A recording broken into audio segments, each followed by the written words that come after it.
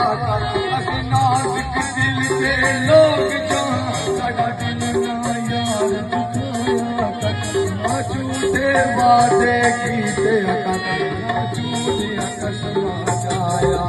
ਤੈਨੂੰ ਕਈ ਵਾਰੀ ਮੈਂ ਆਖਿਆ ਹੈ ਤੈਨੂੰ ਮੁੜ ਮੁੜ ਨਾ ਅਜ਼ਮਾਇਆ ਤੇਰੀ ਯਾਦ